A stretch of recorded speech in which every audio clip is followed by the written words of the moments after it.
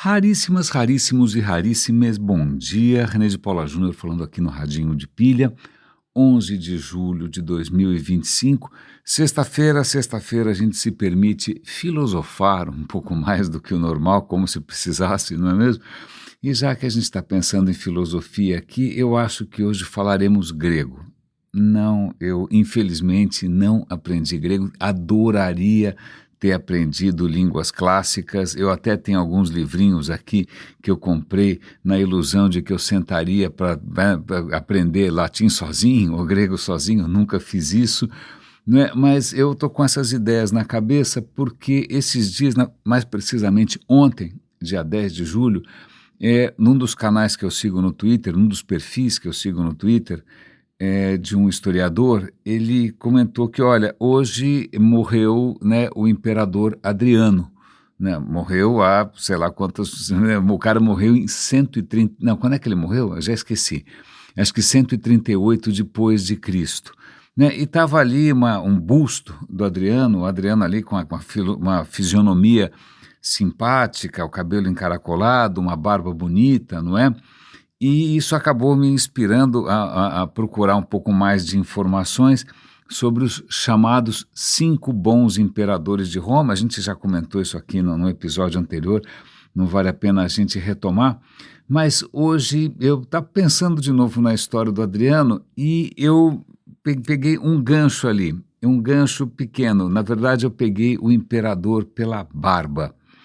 O imperador Adriano é representado com uma barba. E daí?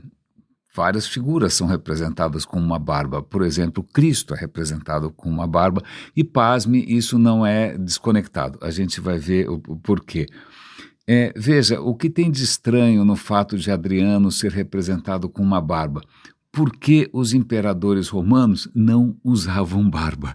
Né? Os imperadores romanos queriam refletir os valores, né, aqueles valores masculinos, militares, até um pouco aquela coisa meio ogro, né, o que vale é aquele cara que vive no campo, uma vida simples, uma vida estoica, não é mesmo? Então eles tinham o rosto glabro, o rosto barbeado. Por que diabos o Adriano tinha barba? Ele tinha barba para representar a sua afinidade, o seu amor pela cultura grega. Né? Veja, os romanos eram uma esponja de tudo, esponja de deuses. Eles, sei lá, conquistavam um outro povo que tinha algum deus promissor, um deus interessante, traz para dentro. Eles dominavam algum lugar que tinha alguma prática nova, alguma espada nova, alguma tecnologia nova, traz para dentro. A mesma coisa com filosofia, né? Os romanos absorveram boa parte da mitologia romana, dos deuses, mudou um pouco os nomes, nada mais, mas Roma era assim, Roma ela não tinha nenhum preconceito em adotar algumas coisas que ela achava interessante, zero problema, ainda mais que mais para o final era realmente um império muito cosmopolita, né? Não era um império do ponto de vista étnico-racial homogêneo, não, aquilo era realmente bastante diversificado. Mas vamos lá, Adriano gostava da cultura grega, simples assim. Ele gostava dos filósofos, ele gostava da arte, né? Ele era um imperador que passou metade do tempo viajando, não viajando para, sei lá, espairecer, né? Aliás, se você for para perto de Tivoli, na Itália, por favor, visite a Vila Adriana. Ele tinha construído ali um palácio extraordinário para ele passar tempo, né, fora de Roma, uma coisa belíssima com esculturas, um negócio fabuloso, né, muitas referências gregas inclusive, mas ele viajava porque ele queria conhecer o império, ele queria mostrar sua presença nas fronteiras do império. É Adriano que constrói a muralha de Adriano, né, propriamente dita, na Inglaterra, que foi, seguinte, eu vou colocar daqui para frente, eu não quero expandir o império, dane-se, só tem um bando de escocês louco para lá, eu vou botar uma muralha aqui, quem sabe segura esses malucos, né, como é que chama? O Mel Gibson fica do outro lado, a gente bota essa muralha, a muralha de Adriano está de pé até hoje, eu nunca visitei, adoraria. fica um pouco fora de mão, mas é um cara que transitou bastante, um cara bastante curioso, e ele demonstrou a sua afinidade pela filosofia grega usando as mesmas barbas que os filósofos usavam, né? A barba era um sinal ali de maturidade, de que você não é necessariamente um homem das armas, que você é um homem do pensamento, né? Que você é um homem das artes, um homem da filosofia. Não preciso dizer que nem todo romano gostava dessa história, né? Muitos pensadores, oradores e filósofos romanos desconfiavam da cultura grega, eles achavam que ela era muito afetada, muito afeminada, já vamos tocar aqui na questão da sexualidade em breve, né? Então essa história de barba aí não pega bem, a gente vai ter já uns pré-bolsonaristas ali, homófobos, surtando com qualquer cheiro de coisas gregas no ar. Né? Mas é interessante falar dessa história, já a gente fala de sexualidade, mas a história de Cristo também é curiosa. Né? Eu me lembro, acho que uma das primeiras grandes viagens que eu fiz com a minha mulher, a gente foi conhecer alguns lugares da Turquia, né? E a gente tinha um guia que falava um espanhol mais ou menos, né? E ele foi mostrar para a gente vários centros cristãos muito antigos, né? Eram mosteiros, os caras eram praticamente eremitas no meio do nada, no meio do deserto. E aí você fica se perguntando que religião é essa que inspira as pessoas a morarem no meio do nada, a morar no meio do deserto. Ok, muito estranho, né? Eu não vou entrar aqui em detalhes, mas aí volta e meia você estava vendo aquelas pinturas no teto, etc e tal, aquelas pinturas que são todas medonhas, por alguma razão, vamos entrar nesse detalhe já já, né? Porque, veja bem, imediatamente antes do cristianismo se estabelecer, você tem uma arte absolutamente maravilhosa. Pensa no busto do Adriano. Ele é tão realista que se você encontrasse o cara no elevador, você saberia quem é. Né? O romano, ele não retratava aquelas coisas idealizadas, né? Corpos perfeitos, maravilhosos.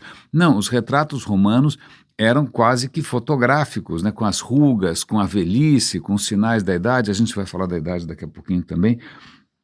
Era de um grau de realismo extraordinário, um talento incrível, seja em pedra, seja em bronze. Aí o que acontece quando Roma cai, tudo que você tem são os desenhinhos de criança, né? Parece que as pessoas ficaram subitamente, mas isso tem uma explicação, é porque afinal esse mundo aqui não vale nada, o que vale é o mundo, sei lá da onde, do além, e como é que você representa o além com os desenhinhos feios, porque se você botar lá alguém peladão, musculoso, sei lá o que, voluptuoso, então isso é muito sensual, a carne é suspeita, então vamos fazer esses desenhos horríveis. Ok, isso foi só uma digressão. Então, estamos lá vendo as ruínas de algum tipo de mosteiro, algum tipo de coisa perdida no meio do deserto, no meio da Anatólia, e aí tinha lá, volta e meia, tinha a imagem de Cristo. Aí eu me lembro perfeitamente da voz do guia falando Cristo Pantocrator. Eu vi Cristo Pantocrator umas 10.000 vezes, porque tinha Cristo Pantocrator por todo lado. E eu não tinha mais mais leve ideia do que queria dizer Cristo Pantocrator. Eu até imaginei, Pan quer dizer tudo, Krator tem a ver com poder. É o Cristo, então, que domina tudo, é o Senhor do mundo. Deve ser alguma coisa dessas. O cara, normalmente, quando você vê um Cristo Pantocrator, né, ele está normalmente sentado num trono, segurando algum tipo de globo, porque ele manda na bagaça toda. Tal. Mas a questão é que quem disse que o Cristo sempre teve barba? Porque as primeiras representações de Cristo não tem barba patavina nenhuma. Né? Você normalmente tem representações, sobretudo em túmulos, sobretudo em catacumbas. Né? Quando você vê Jesus, ele normalmente é um jovem, como se ele fosse um jovem pastor, imberbe. Imberbe quer dizer sem barba. Né? E normalmente ele está fazendo milagres. Então, naquele momento, a assessoria de imprensa do rapaz achava por bem que a melhor maneira de você mostrar que o cara era poderoso, que o cara era filho do cara, etc e tal, era mostrar que ele tinha poderes extraordinários, uma coisa meio Marvel. Né? Você vai mostrar ali os superpoderes do cara, transformar água em vinho, umas coisas muito peculiares. Faz os mortos ressuscitarem, só alguns, não todos, sei lá. E aí, num certo ponto, né, alguém parou e falou, opa, sabe o que, vamos lá. a gente está representando o cara como se ele fosse um milagreiro, né? Alguém aí que fica andando por aí fazendo milagres, o que era uma coisa bastante comum. Ele não era o único cara naquela época, ou em qualquer época, andando e fazendo milagres, né? Talvez seja melhor a gente dar um pouco mais de seriedade. Lembrem-se, a partir de um certo momento, né, Roma adota o cristianismo, aceita e adota. Certo? Então, de uma hora para outra, Roma, o cristianismo, que era uma coisa marginal dos pobres, né, dos desvalidos, né, deixa o César para lá, etc. e tal, de uma hora para outra vira a religião do império. Né, vira que o César já tinha morrido, mas vira a religião do Constantino. Né? Então agora você tem uma religião que em princípio era marginal, que era uma coisa, né, ali de baixo para cima, né? Ela passa a ser uma religião e aí não dá mais para ficar representando como um cara o Harry Potter. Não é mais o Harry Potter. Como é que a gente dá um pouco mais de, aí vamos usar uma palavra romana, que é uma palavra latina, gravitas, né? Um pouco mais de peso, um pouco mais de estatura, bota uma barba no cara, porque aí ele vai parecer com quem? Com os imperadores romanos sábios, como Adriano.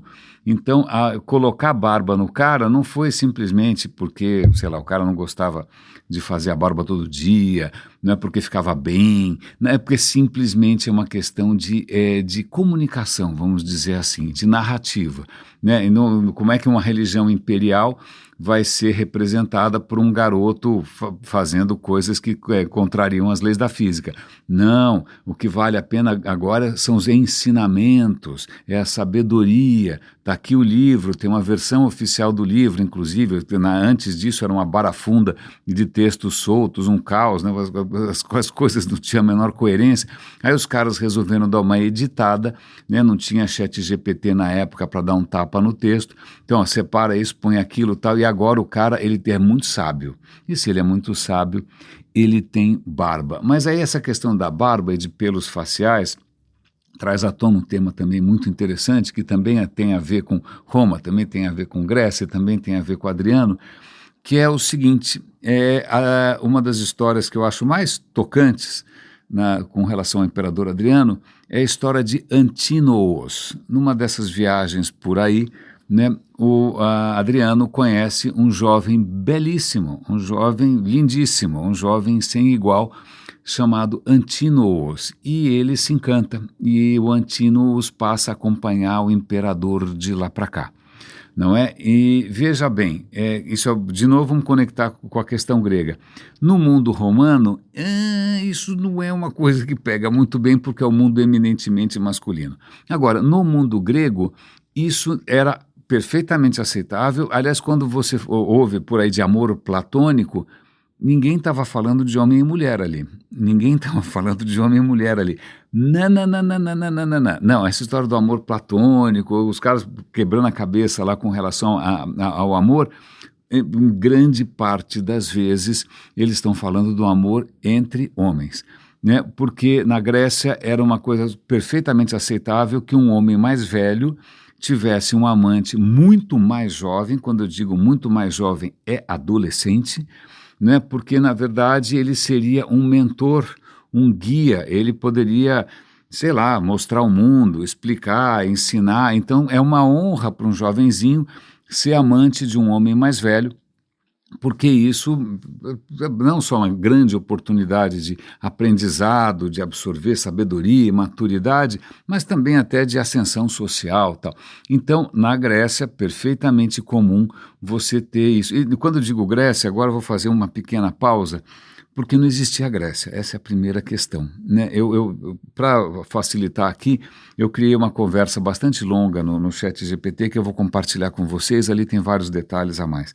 Mas quando a gente fala de Grécia, é uma maneira de dizer, porque não tinha a Grécia. A Grécia como país é uma coisa muito recente, é do século passado. Durante muito tempo, a Grécia não existia, existiam cidades de povos que falavam grego.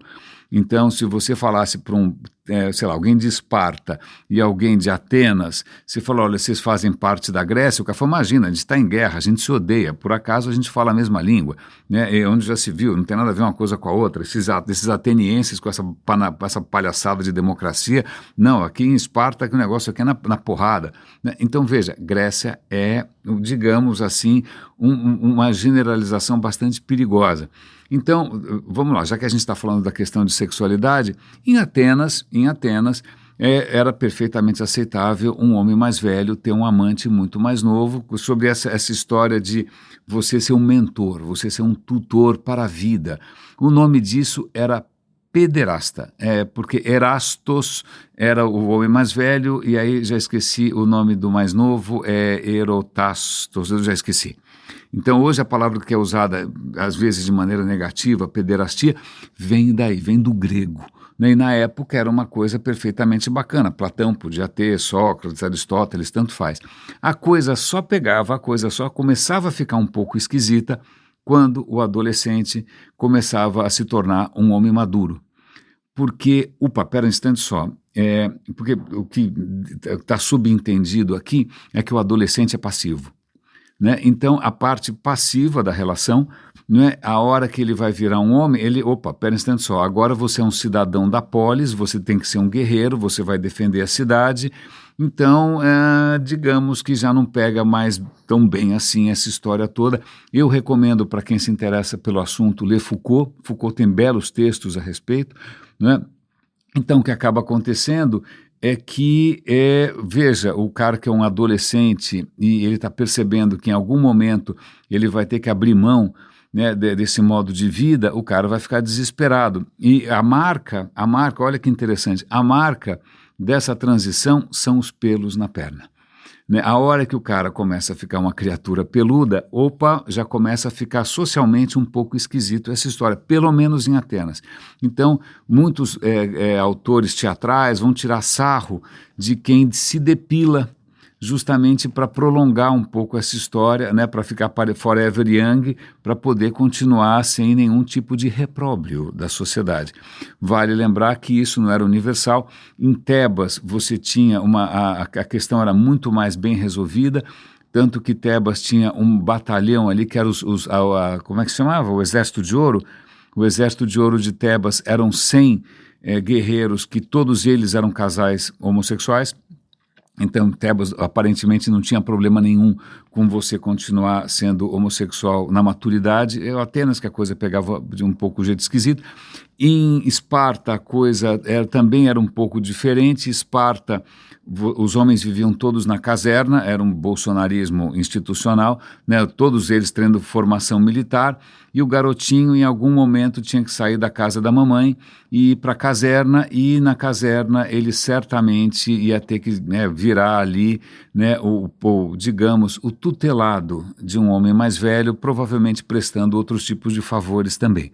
Né? Mas veja, essa questão da sexualidade na Grécia não é uma coisa única, é uma coisa que tem muitas facetas. Para quem estiver interessado, vale explorar. Foucault é um bom começo, conversa com ChatGPT, sei lá, não é?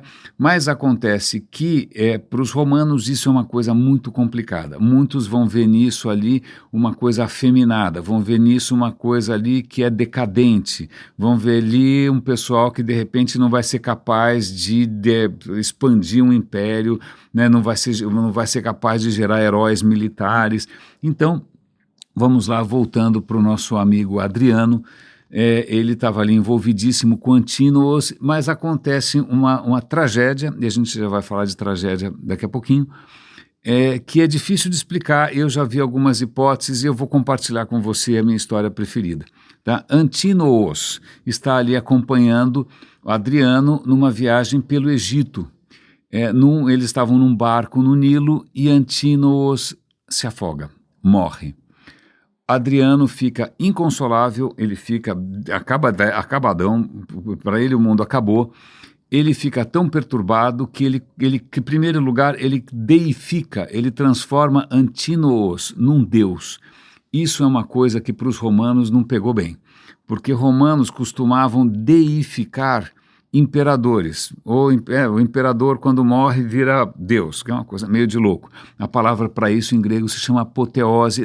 A apoteose não é uma coisa do sambódromo. Né? Apoteose é quando alguém é convertido em Deus. Então, Adriano, por amor, né, ele transforma Antínoos num deus e ele manda construir templos a Antínoos pelo império todo. Ele constrói uma cidade no Egito que ele vai chamar de Antinóquia, em homenagem a Antínoos. Ele vai fazer inúmeras estátuas em muitos museus por aí. Você vai ver uma estátua romana de um jovem belíssimo, é Antínoos. Então Adriano realmente ele passou recibo, e isso para os romanos não é uma coisa que pega muito bem. A questão é por que Antínoos morreu. Né? E aí as hipóteses abundam, mas eu vou dar a minha preferida aqui. Talvez o que tenha acontecido é que os dois estão vivendo aquela vida maravilhosa. Imagina, você é amante de um imperador, né, viajando pelo mundo com toda a pompa, não é? Mas aí uma hora o cara percebe, cara, eu estou ficando velho, eu vou virar um homem adulto, né? E esse cara é um imperador romano, ele não vai poder assumir a nossa relação. Eu não vou poder ser marido, não vou poder ser parceiro dele para a vida inteira. Ele vai ter que em algum momento casar com alguma, sei lá o que, parente de alguém importante, né? Porque afinal os imperadores era tudo um Game of Thrones ali de quem era filho do quem. Aliás, eu perguntei para o Cláudio, como é que chama? Como é que chama a inteligência artificial que concorre com o ChatGPT? Claude. Eu perguntei para o Claude, como é que o Adriano se tornou imperador? Pois bem, o pai do Adriano tinha morrido quando ele era muito novo. Trajano, que era imperador na época, traz o Adriano para perto de si, ele cria o Adriano. Quando Trajano morre de repente, quem vai ser o sucessor? A sucessão não era por hereditariedade necessariamente, né? Roma tem uma relação completamente diferente com a questão de herança.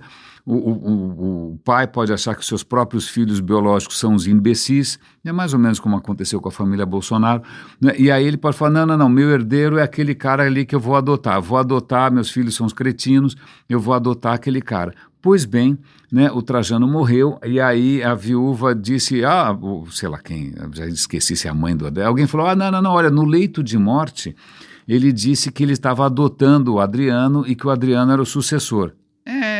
Ok, mas passou, colou, e o Adriano foi imperador por, 21 anos, alguma coisa dessas, e morreu na longevidade de 62 anos, e daqui a pouco a gente fala de idade novamente. Mas a questão interessante aqui é que talvez tenha sido isso, né? É que eu fico pensando, a gente jamais vai saber, né? Mas talvez o Antínoos tenha percebido que aquela era uma relação que era um beco sem saída. Em algum momento ele ia ser descartado, né? E talvez por isso, no desespero, ele tenha se lançado às águas do Nilo, cheia de hipopótamos que são tão perigosos quanto os crocodilos. E morreu, e aí a gente tem então Adriano deprimidíssimo, e isso explica várias coisas. Então, ok, dia 10 faleceu Adriano, e foi aqui eu acho que um excelente pretexto para a gente trazer à tona esses aspectos todos de cultura, de sexualidade, de poder. E ontem, pensando nisso, eu comecei a me lembrar de algumas aulas do Luiz Fugante, da Escola Nômade. Vou recomendar que a Escola Nômade, ele tem um canal ótimo, inclusive no YouTube, não é? Quando ele falava da noção trágica, da vida como tragédia. E aí, vamos lá, não vida como tragédia porque por acaso você mora no Brasil e o Lula... Não. Vamos lá, a questão é a seguinte, a palavra tragédia vem da tragédia grega, que era um gênero de teatro, era um gênero, né, de obras de teatro, de dramaturgia, certo? Se você pegar essas histórias, você vai pegar lá Édipo, sei lá, aquelas histórias malucas, normalmente acontece um monte de desgraça. Mas por que acontece um monte de desgraça? Porque a vida é injusta? Porque existe um pecado original? Porque esse mundo é uma provação? Porque você está passando em algum tipo de vestibular para a próxima encarnação? Não, normalmente. Uma tragédia grega, ela é cheia de acontecimentos um pouco desastrosos, porque o protagonista ele se acha, ele está embriagado com as próprias certezas. O nome disso em grego é hybris, ou ubris, nunca sei como pronuncia isso, vamos chamar de hybris. Hybris é quando você fica ali, eu sei tudo, eu vou viver para sempre, aquelas coisas de quando você tem 15 anos, e no caso do Bolsonaro e do Trump, isso se prolonga até uma idade avançada. Não é? Então, essa certeza, essa embriaguez consigo mesmo, se chama híbris. Então, normalmente, uma tragédia, alguém ali está achando que entendeu tudo, achando que pode tudo, achando que sabe tudo, mas a hora que ele começa a se mexer, tem um monte de coisa que ele não sabia, tem um monte de coisa que ele não podia nem desconfiar, ele começa a ser atropelado por coisas que estavam completamente fora do radar, né? Inclusive intervenções divinas. Ele pode irritar algum Deus pode falar, o que esse cara tá... Quem ele acha que é esse idiota? E aí podem ter vários, mil perdões, limpando a garganta de novo aqui, esse frio cobra o seu preço, não é? Então vão acontecer mil coisas horrorosas, mas normalmente é por conta disso, porque o cara foi se meter onde ele nem imaginava, ele não tinha ideia do que ele estava fazendo.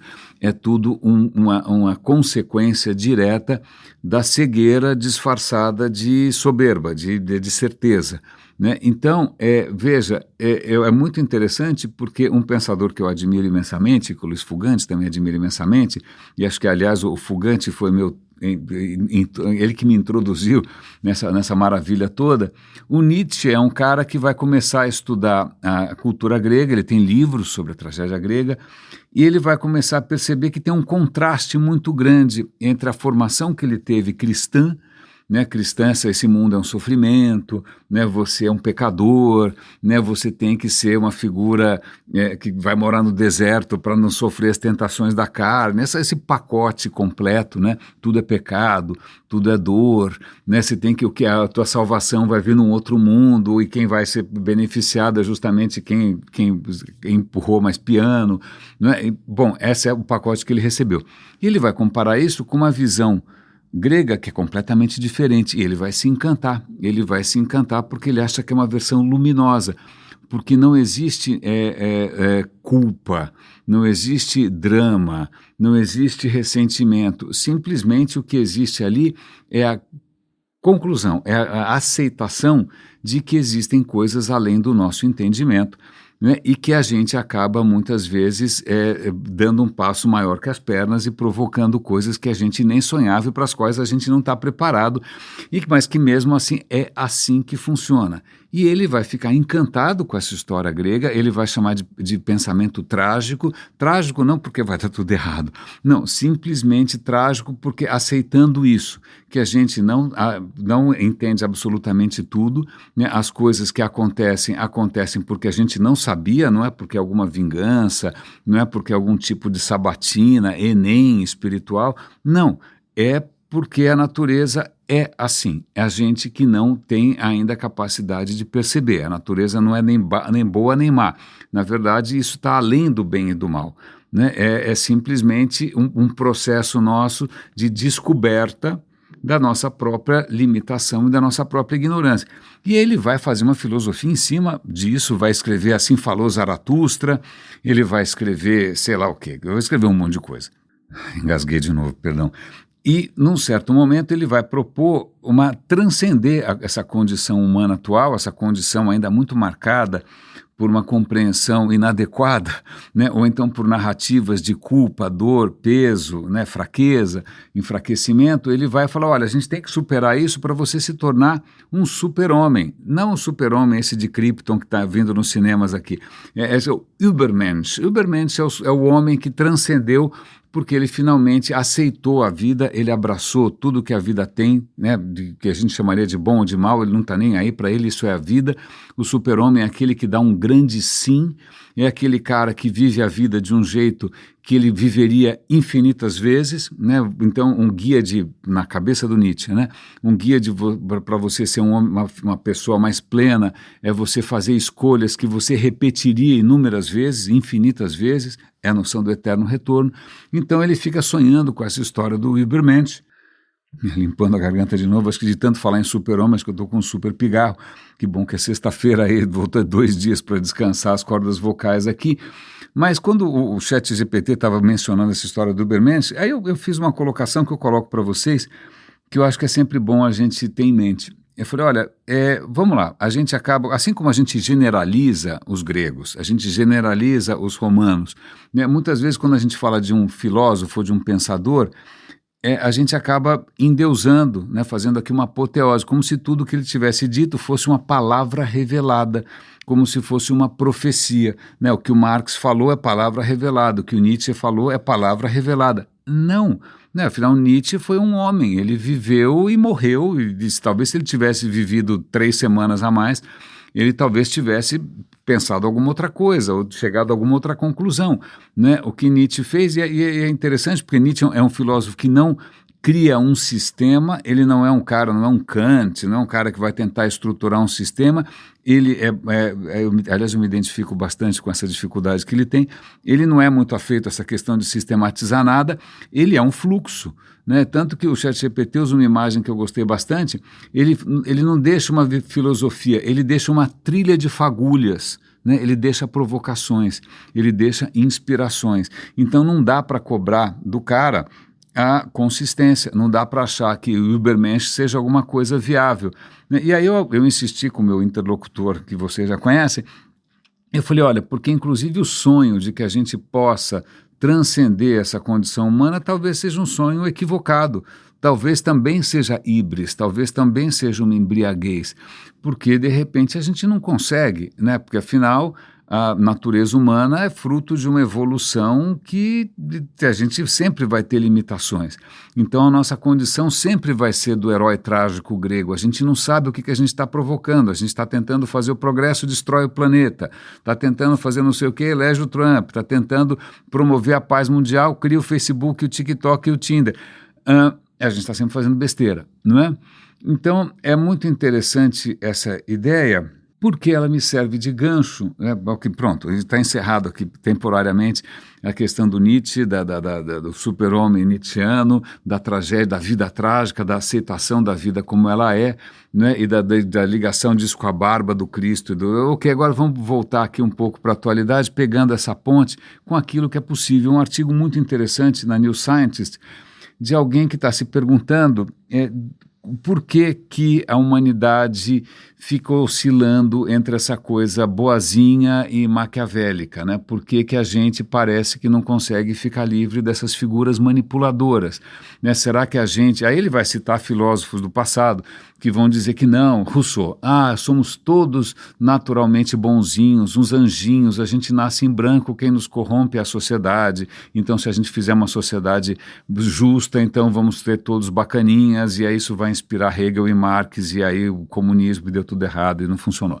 Né? Ou então, não, nós somos criaturas absolutamente perversas, que se não forem domesticadas pela sociedade, a gente vai ser um bando de lobos, e aí você vai ter Hobbes e vai ter outros filósofos. Bom, são dois extremos, né? Das duas uma, ou a gente é lobo ou a gente é carneiro, né? Mas o que esse escritor, que aliás eu esqueci o nome, eu vou dar o link aqui como sempre, está na descrição, está no radinhodepilha.com, está no nosso canal no Telegram, né? Ele vai propor o seguinte, olha, a gente tem que entender a nossa evolução. E o que ele percebe que, sim, somos criaturas colaborativas, né? Mas a questão formigas são criaturas colaborativas também, abelhas também são criaturas colaborativas. E elas não têm um cérebro de 1,3 kg, né? Você não precisa de 1,3 kg para fazer um formigueiro de cérebro, nem para fazer uma colmeia. Então, a colaboração não explica necessariamente por que a gente tem esse cérebro gigante, né? É perfeitamente possível você colaborar com muito menos. Por que a gente tem um cérebro tão desenvolvido? E aí ele vai tentar olhar a evolução dos nossos primos primatas. Ele vai perceber que você tem vários... Imagina, você pode pegar gorila, se você pegar um grupo, né, um clã de gorilas, normalmente você tem um macho alfa que é o silverback, né, o dorso prateado, né? É o cara mais sênior, ele domina ali, ele tem várias fêmeas, ele tem um núcleo grande ali em torno dele, ele não domina necessariamente pela força, ele domina por ser mais velho, mas agora, obviamente, como sempre, tem os machos que não tem, que estão solteiros, eles formam bandos, e esses bandos de gorilas machos, eles são sim dominados pelo que é aquele que é mais forte. Então, você mesmo no mundo dos gorilas, você tem esses dois caminhos. O caminho do cara ali que tem um grupo familiar grande, e tem a turma dos que não comem ninguém, que estão ali atrás de provavelmente alguém truculento. Quando você vai para chimpanzés e bonobos, você também tem uma hierarquia, às vezes no caso dos bonobos as fêmeas prevalecem. Ok, então você tem hierarquias, diferentes maneiras de você lidar com a cooperação ou com a agressão, não é? Mas quando você vai para os humanos, as coisas começam a ficar um pouco diferentes, porque as pistas indicam que, pelo menos no começo, quando a gente começou a se organizar em grupos maiores, a gente percebeu que esses machos truculentos, fortões, né, que são abusivos, tóxicos, eles eram uma ameaça. Então, as primeiras sociedades, elas de alguma maneira, elas vão selecionar contra esse tipo de figura, né? Então, você tem aí, a gente já mencionou aqui o livro Sociedades contra o Estado, estudando culturas aqui originais da América do Sul, culturas originais da Austrália. Você percebe que os caras têm vários dispositivos justamente para afastar esses caras que vão tentar conquistar tudo na porrada. Então, bom, se a gente, durante milhares de gerações, a gente conseguiu de alguma maneira enquadrar os caras que iam vencer na porrada, por que a gente ainda tem a desigualdade, por que a gente ainda tem o abuso, por que a gente ainda tem Trumps e Putins e Erdogans e Bolsonaros, etc, etc, etc. Bom, se você prestar atenção, eles não são necessariamente os caras mais fortes, né? Pelo contrário, inclusive, se a gente fizer uma medição peniana, bom, deixa para lá. Mas o que acontece é que começam a surgir, e aí ele vai fazer uma comparação com o câncer. O câncer é uma praga para qualquer forma de vida, né? Câncer são aquelas células que de repente resolvem jogar contra todo mundo, né? Que resolvem criar o seu próprio caminho às custas dos outros, né? E o câncer, em princípio, os mais primitivos a gente consegue, né? O sistema imunológico consegue dar conta, mas ele vai se sofisticando e ele vai descobrindo como manipular, como enganar, como fazer ali um jeito de passar desapercebido e dominar, e quando você já percebeu, você já morreu. Não é? Então, ele vai dizer que nas culturas humanas o que acaba acontecendo, já que não dá para resolver as coisas na porrada, né, a gente começa a tentar abrir o caminho por alianças, por manipulações, por mentiras, por enganos. E isso talvez, inclusive, explique por que a gente tem um cérebro tão grande. Formiga não engana ninguém, então ela tem um cérebro pequenininho. Como a gente precisa ter na nossa cachola, né, quem está com quem é aliado de quem, que história contei para quem, que história que contaram para mim, para manter essa rede inteira, né, de narrativas e de pequenos interesses e de agendas, a gente desenvolveu um cérebro gigante.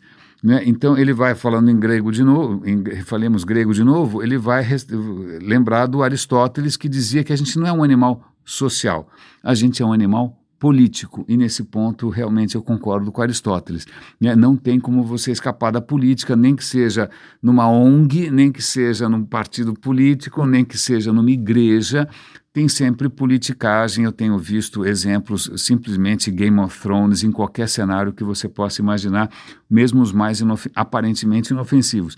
Então o que ele vai colocar é que na nossa evolução, como a gente lá atrás já começou a bloquear aquilo que era muito fácil de identificar, que são as criaturas truculentas, e tentar criar mecanismos sociais, inclusive muito parecidos, essa regra de ouro, que muita gente acha que é privilégio ou monopólio, ou apanágio, que é uma bela palavra do cristianismo, faça aos outros como você gostaria que fizessem a você mesmo. Cara, isso não foi inventado, isso é comum a várias outras religiões. Então acho que toda a sociedade que está tentando manter um pouco de harmonia, um pouco de bom funcionamento, chega numa conclusão parecida, mas isso acaba abrindo espaço para quem vai tentar avançar sem chamar a atenção do sistema imunológico da cultura, para manipular, vai abrir espaço para os maquiavélicos, por aqueles que realmente não têm empatia nenhuma, mas eles vão, de alguma maneira, hackear o jogo para conseguir preponderar e dominar. Então, eu gostei dessa história, eu acho que muitas vezes a gente se encanta com, sei lá, a gente acaba projetando demais em alguns filósofos, como se, eu sou adepto de Nietzsche, eu sou adepto de, fala sem quem você quiser, né? Como se filósofos tivessem sozinhos descoberto a chave de tudo, né? Mas quando você vai ver a ciência, né? A ciência, a observação de outras espécies, a observação da nossa história, ela pode explicar um pouco melhor e, inclusive, mostrar quais são as nossas limitações. Então, lamento se alguma religião acha que é perfeitamente capaz você viver uma vida de celibato no meio do deserto, venerando a Deus e ficando livre do pecado. Lamento, você tem um corpo, né? Quer dizer, lamento não, parabéns. Eu fico, aliás, parabéns, eu não vou, bom, mas em suma... assim como também filosofias que vão propor que você se torne uma figura desalmada além do bem e do mal e que absolutamente não se importa com ninguém, né, e está vivendo praticamente como se fosse um CEO de startup. O que também, digamos, que não leva em conta a nossa natureza humana, demasiadamente humana, que obviamente faz lembrar do título de um livro do Nietzsche, Humano, Demasiadamente Humano. E eu acho que é essa viagem que eu queria fazer com vocês, uma viagem aqui que começa com um imperador barbudo, passa por um pantocrátor que de uma hora para outra ganhou uma barba postiça, né, vai terminar num grande bigodudo, né, e vamos terminar, obviamente, aqui mostrando a nossa admiração por um outro barbudo sentado num trono. Não é aquela figura que vocês estão imaginando, mas é o Darwin, tem uma estátua dele assim no Museu Britânico, tem uma selfie com ele lá. Eu acho que realmente a gente tem que reconhecer que o cara descobriu, né, com toda a perturbação que isso causou, moral, intelectual, ele descobriu aquilo que realmente torna a nossa vida muito mais leve, que nos faz aceitar de uma maneira que eu acho com uma beleza extraordinária, essa noção do pensamento trágico, né, faz aceitar a vida como ela é e que falta muito para a gente entender. Raríssimas, raríssimos e raríssimes, cuidem-se, por favor, um grande abraço e até segunda-feira.